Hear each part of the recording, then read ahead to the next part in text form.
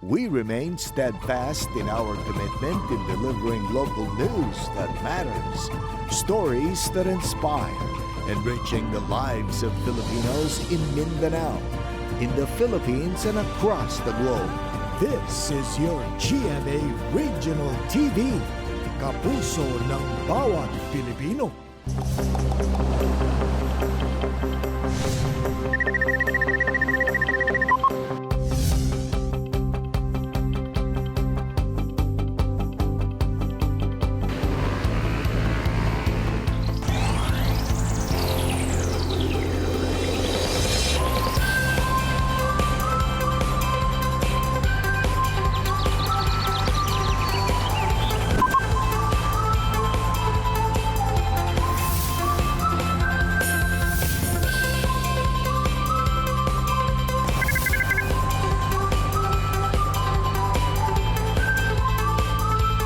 Kini ang At Home with GMA Regional TV.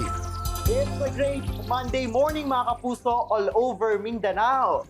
Ug unang-una sa tanan atong igrito ang mga papa, tatay, daddy, amahan o bisan unsa pa man ang inyong tawag sa ilaha all over Mindanao. Ug belated Happy Father's Day. Ug syempre, Happy Father's Day pud no sa akong papa ug get well soon pa.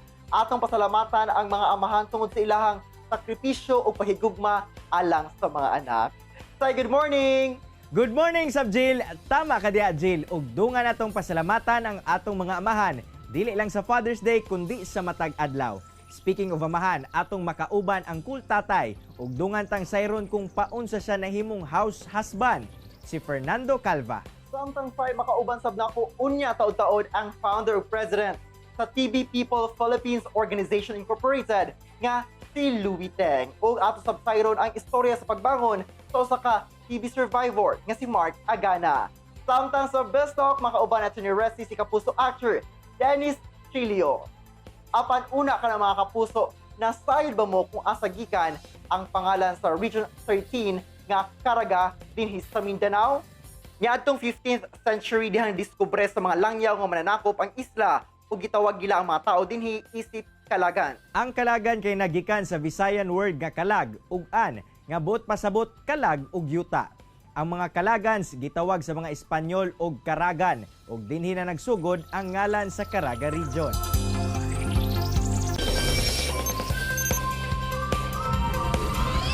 Mga kapuso, this morning dugang ta nga ma-inspire sa istorya sa usa ka TV survivor nga si Mark Agana. Ingon man, mas palawman pa nato atong kahibalo labot sa maong sakit kauban ang founder ug president sa TV People Philippines Organization Incorporated nga si Mrs. Louie Zepeda Teng. Sir Mark ug Ma'am Louie, maayong buntag ug dayon sa At Home with GMA Regional TV. Kamusta mo? Good morning mga Mindanaoan. Pretty much excited for the day ahead kasi marami tayong gagawing mga advocacies for our campaign #TVFreePH. Ayun, mayong aga sa mga kapuso natin dito sa Mindanao, lalo na sa Davao. Very excited to be here in this your morning program to share our story tapos about our advocacy TV Free PH campaign. Thank you so much for joining us this morning. Ug unang-una no, una nato hisgutan kining kalabot ining #TVFreePH ingon man kining cases no sa TV sa nasod sa Pilipinas. Una sa nato sayro no ang kining istorya sa likod sa kining pagka TB patient ingon man survivor na karon nga si Sir Mark. Ako, actually, twice ako nagkaroon ng TB in my lifetime. Medyo ako yung representation ng Pilipino na matitigas ang ulo na nagkaroon ng TB na hindi nagpa-check up. Last 2014, yung first ko na nagkaroon ng pulmonary TB sa baga. Hindi ko pinansin yung mga ubo, gano'n. Akala ko kasi malakas ako, normal lang yon. So, ayun, nahulog ako sa TB. For 6 months yung treatment, mahaba. On the 3rd month, tumigil na ako kasi bumalik na yung pangangatawan ko at malakas na ako. Umulit siya ulit the following year. Mas worse na yung case ko nung second time kasi yung TB hindi nawala sa katawan ko. Lumipat pa siya sa leeg, sa lymph node. So, pwedeng magkaroon ng TB ng isang tao na hawa sa bakterya sa iba-ibang parte ng katawan. Ma'am Teng, maliban kay Sir Mark, kayo din po pala ay isang TB survivor na din. Pero the unusual thing is that hindi yung baga ang pinuntirya ng sakit, kundi sa utak ninyo. Can you please share with us kung paano ito nangyari, Ma'am Teng?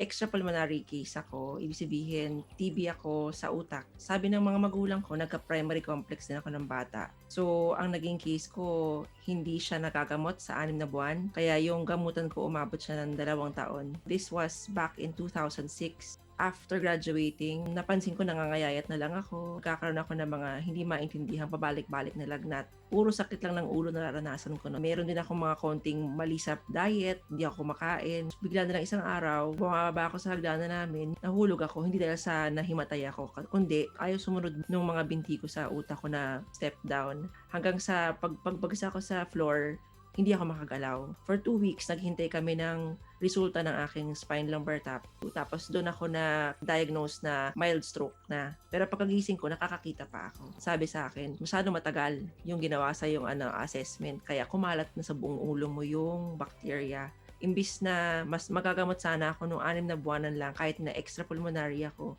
naging multi-drug resistant case na ako. And I was very fortunate na na-enroll ako sa isang facility called Tropical Disease Foundation. At yun, for 24 months. Ako yung unang Pilipino na nasagip sa ganong severe multi-drug resistant extrapulmonary TB sa utak. Naku, nakaka-alarma po talaga, Ma'am Teng, kaya di dapat na isa walang bahala kung merong mga sintomas na mararamdaman sa katawan natin.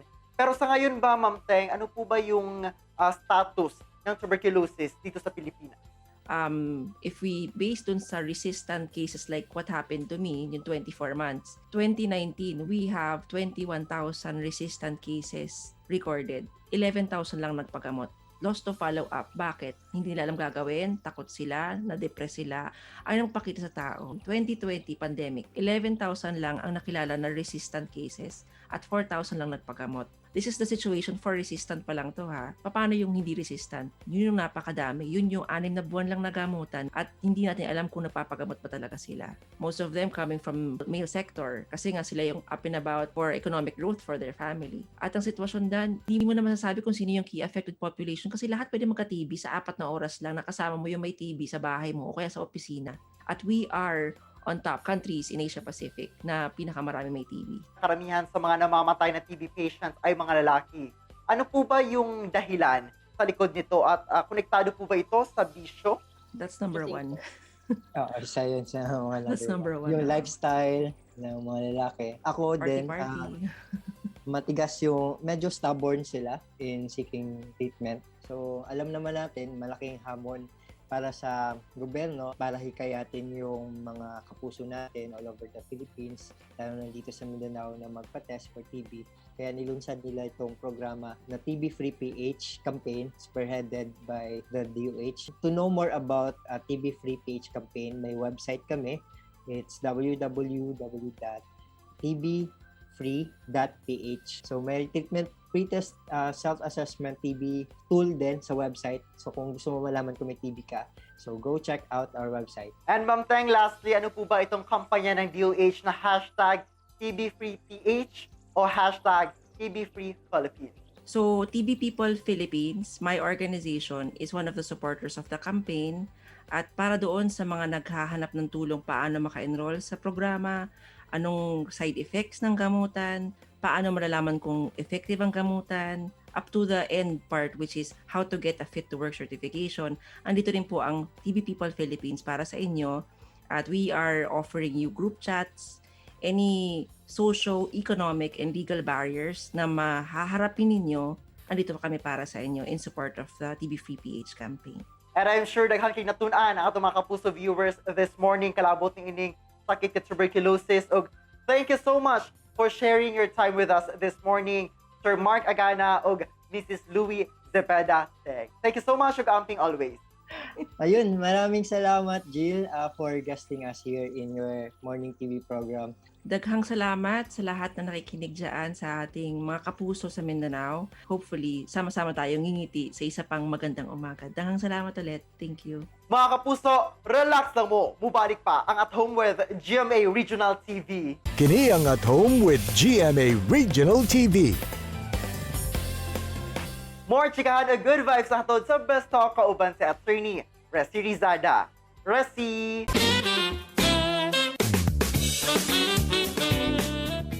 Daghang salamat, Arjel. Good morning mga kapuso. Welcome to Bisto. Kanagmuntaga ato ang makauban usab si Ismael sa upcoming GMA drama romance series na Legal Wives. Wala lain pa kundi si kapuso actor Dennis Trillo. Maayong buntag, mapiya ka Pipita Dennis, and welcome back dito sa At Home with GMA Regional TV. Kumusta ka na ngayon? Mabuti naman, mapiya ka Pipita sa lahat ng mga nanonood ng taga Mindanao. At kamusta kayong lahat sa mga nanonood ng At Home with GMA Regional TV. We are so excited, Dennis, kasi Legal Wives will be coming soon sa GMA Telebabad. Kwentuhan mo naman kami kung sino talaga si Ismael dito. Yes, malapit na malapit yun ang mapanood po ang Legal Wives. Siyempre, yung character ko dito ay si Ismael Maghatag. Isa siyang maranaw, isa siyang marangal na tao, pagmahal sa pamilya. Anak siya ng isang imam at siya ay naipit sa isang sitwasyon na kailangan niyang magkaroon ng tatlong asawa. Hindi niya ito ginusto. Pero naniniwala ka rin ba, Dennis, na kaya ng isang mister na magmahal, mag-alaga ng tatlong misis ng sabay-sabay at saka pantay-pantay? Sa tingin ko, kaya yun. Pero sa simula, medyo mahirap dahil syempre tayong mga Pilipino sanay na isa lang, pero syempre merong iba dyan. Kaya ng marami, pero mahirap gawin yung magmahal ng sabay-sabay, pero sa tingin ko kaya yun matutunan gawin. At syempre dito sa Mindanao, Sir Dennis, we are very proud that finally you get to share with the rest of the country yung culture ng ating mga brothers and sisters na from Muslim na Maranao. While doing this series, ano yung mga na-discover mo naman about their culture and what do you like most about their culture? Isa doon sa nagustuhan ko sa kultura nila ay yung pagiging mga mararangal na tao. Bukod doon ay yung pagiging peace-loving nila ng mga tao. Siyempre, marami sa atin na misinterpret yung mga kababayan nating Muslim or Maranao dahil hindi nila talaga naiintindihan yung kultura. Pero mostly sa kanila misunderstood. Pero ang Muslim kasi ay it's all about submission. You submit yourself to Allah. And in terms of acting, ano yung pinaka-challenging naman na aspect of having to portray the character of Ismael at paano nyo din po overcome yun? Siyempre, isa sa mga challenges dito sa ginagawa naming serye ay yung challenge na maging correct lahat ng mga ginagawa namin when it comes to culture, pananamit, yung pananalita, yung tono, kailangan mo lahat aralin yun. So, tingin ko yun yung isa sa pinaka matinding challenge para talagang maging convincing. I'm sure this series is going to be very enlightening at very informative. Pero bago natin tapusin ang ating interview this morning, Sir Dennis, meron kaming quick game para sa iyo. Identify mo lang kung si Amira, si Dayan, or si Farah ba ito. Ready ka na? Yeah, ready na. Ito na. Sino ba ang mas maalaga? Well, sa tingin ko si Dayan. Sino naman dito ang mas understanding? Si Amira. Sa tatlo naman, sino ang mas palaban? Si Dayan. Excited na kami dito sa Mindanao, Sir Dennis, na mapanood ang Legal Wives. So please invite po lahat ng ating mga kapuso all over Mindanao na abangan na ang iyong bagong serye na Legal Wives. Please go ahead. Excited na rin po ako na mapanood nyo itong bagong serye namin na Legal Wives. Malapit na po. Sana po ay abangan ninyo at subaybayan. Abangan nyo po Legal Wives, malapit na po yan. GMA Prime Time lang. Dagan kayong salamat, Sir Dennis, for joining us dito sa At Home with GMA Regional TV. Fran, salamat sa inyong lahat. Thank you. And that was kapuso actor Dennis Trillo. Chill lang mo, makapuso ka mabalik pa ang At Home with GMA Regional TV. Kini ang At Home with GMA Regional TV.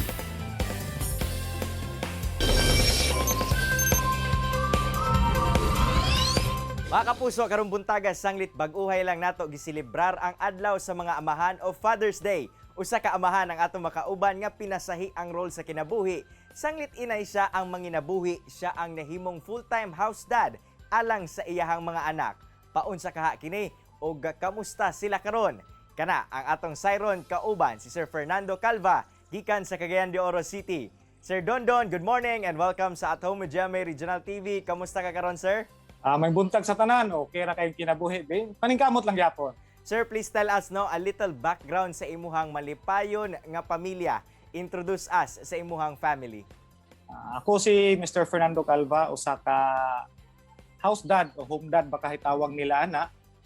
Na ako'y asawa, nagtrabaho siya sa usa ka pribado nga kumpanya o natagaan kami duha ka anak, ang magulang babae o ang manghod lalaki, ang babae karon na 16 anyos, mag 17 ug ang lalaki 12 anyos. Napuyo kami diri sa gusa, malipayon pud noon mi loyo sa mga pagsulay sa kinabuhi. Sir Don, curious mi no, paunsa pud ba nagsugod kining pinasahi nga setup sa inyuhang pamilya nga ikaw ang home dad o gaalaga sa inyuhang mga anak ug imuhang asawa ang gatrabaho? Sa pag-ila pa namo sa akong asawa karon, murag career woman na gid siya. Focus kay sa siyang trabaho, palangga kanyang trabaho mo tong pag-ila namo. Nagsabot na midaan nga siya daw dili kay siya hilig sa pag-atiman og balay, sa panimalay nga mga trabaho dili kay siya hilig. Basta suportahan lang daw nako siya. Gusto gid kay siya mo focus sa iyang kurso nga nahuman kay dako kay siya plano para sa iyang kagalingon regarding sa iyang kurso. So kada to, mo na to ang nahimo namong burag setup nga ako magud pod gadako ko nga anad og mga lihokon sa panimalay, gitudloan ko sa akong ginikanan. Mao nga na pagkatao sa among kamagulangang anak, mao na to akong ginabuhat nga ako na gid ang mag-atiman sa bata. Kay mas kabalo man ko na, murag mas mosalig pud ko sa akong kagalingon kung ako'y mo atiman kaysa sa iyaha. Grabe gid ka sir no sa gawaing bahay. Pero sir, katong nagsugod pa mo og himo ani nga setup, kamusta pud ba? Wala ba'y mga adjustments sa inyong pamilya? Wala man kaayo ko'y problema kay burag use na ko sa naanad na ko sa ngani nga pamaagi. Ang kuan lang is mas dako na nga sakripisyo para sa kuha kay kinahanglan nanay bata at imanon. Kinahanglan pa ko, ako pa'y muhikay, ako pa'y manglaba, mo-sideline pa ko drive sa jeep, pag uli, mag-washing pa ko. As long as palangga ni mo imong gibuhat o dedikado ka para sa imong pamilya, murag matagak lang siya, murag ordinaryo nga trabaho, routine na lang ba? Sir Don, giunsa pod ba nimo pagpadako sa imuhang mga anak, sir? Unsa ang mga tudlo nimo diha kanila? Ako ra yung gikuan sila is pagpadako na ko sa inyo ha, is dili ka nang kahadlok bitaw nga mutuo ko kay papa kay bunalan ko. Wala gina ko nagigamit. Usa pa ka nang paila sila kinsa ang Ginoo. Unsay mga gitudlo sa Ginoo, bisan og ako di kay ko hilig ana, pero para sa akong anak ako nang gibuhat. Nya kanang respeto, dili hadlok. Nya bahin pa sa training kana bitaw samot na tong naduhan akong anak nanay laki. Kani bitaw mga bata mahadlok ka kay hilabtanon, mahadlok ka madisgrasya, makurintihan, mapaso, magdulag posporo. Kanang tanan nga kuan para maminos na nga akong panahon magsige monitor sila ha. Akong ipatistingan sila nga sila na mismo first hand naka-experience ba nga di maayo sakit di ay. After ato akong giobserbahan, okay man po kay hantud karon nadala na nila nga batasan. Basta mo ingon day si Papa tinuod day na siya kay atong itry lah sakit gidi ay. Murag sakit-sakit gyud ang makuryentehan ba. Pero sir, kaning nga paagi nimo no sa pagpadako sa imuhang mga anak, maingon ba nimo nga effective ni siya? Epektibo man kayo siya kay sila wala man nila gitan-aw nga usa ka negatibo nga butang nang tungod kay ako ingani ana. Dili uns lang nakita man nila nga okay man kay go work siya then every day itong gamay pa sila gina-explain ako ang sitwasyon. Unya tungod pud kay sa ilang mama dili nila permi kauban. Karon ra man nila kauban tungod kay work from home. Pero sa una nga wala pang pandemya, ilang mama talagsara usay pagikan silang mama tulog pa sila pag uli tulog na pod. Ako gina-istorya permanente sila nga inyong mama palangga kay mo. Kanang akong gitanom silang una-una ba nga namagoy uban nga ing mga bata ingnon nila nga dili mi or dili ma. Kinahanglan ka namo asa man ka wala man ka ana ba. So akong ginapasabot permi sa bata nga inyong mama palangga kay mo. Gibuhat niya ni ana para sa inyo hagin mo siya. Ayaw niya una-una nga wala siya time sa inyo. Na ako ginagikuan kay para dili mo develop ang gap. Mo nang hantod karon kasabot ang mga bata. Nindot gid mong paagi sir kay paspas ni mature ang imuhang mga bata tungod niini. Pero sir, unsa ba ang imuhang mensahe karon sa mga susama nimo nga amahan karong Father's Day? Ako lang istorya sa mga lalaking nagpaubos ilang garbo, nahimong mga inatay, okay ra kayo sa tuwa na siya. Wala problema as long as malipayon ta sa tong gibuhat. Oh, nya. Kanang kabalota ba nganong gibuhat nato ni unsay kabalota nga unsay nag-drive sa atong magbuhat ni atong gugma, sense of responsibility nato. Oh, ana ang uban man gud ang ilang pananaw man gud kay burag ubos kay ta. Dili ang tinuod nga lalaki nga isog dili mahadlok og angkon nga under siya. Ano man, dapat ta proud ta nga kaya na tumubuhat. Garbo ra man gud na siya. Nayuban pa gamay ra sweldo burag si kinsa makauli. Dili ang ato lang diha unsa ang resulta sa atong gibuhat. Makita man nato na siya makaayo bag dili. Daghang salamat Sir Dondon Calva sa imuhang oras nga gihatag sa At Home with GMA Regional TV. Ug Happy Father's Day diha kanimo. Labaw po, basta ako akong pasalamat nga gitagaan ko yung panahon. Hinaot nga naay nakuhag leksyon ng uban. Happy birthday po sa inyong tanan. Ay, naka-experience na nga mahimong TV patient kini si Mark ug si Louie. Both nila karon nga ipakaylap ang impormasyon labot ni ini nga sakit nga dura kini lunas. Ingon man nagtinguha sila nga mag-cooperate ang tanan aron atong makabot ang tinguha nga mahimo kitang TB-free Philippines. Samtang Jill, pinasahi man ang setup sa pamilya ni Fernando Calva, sanglit siya ang house husband.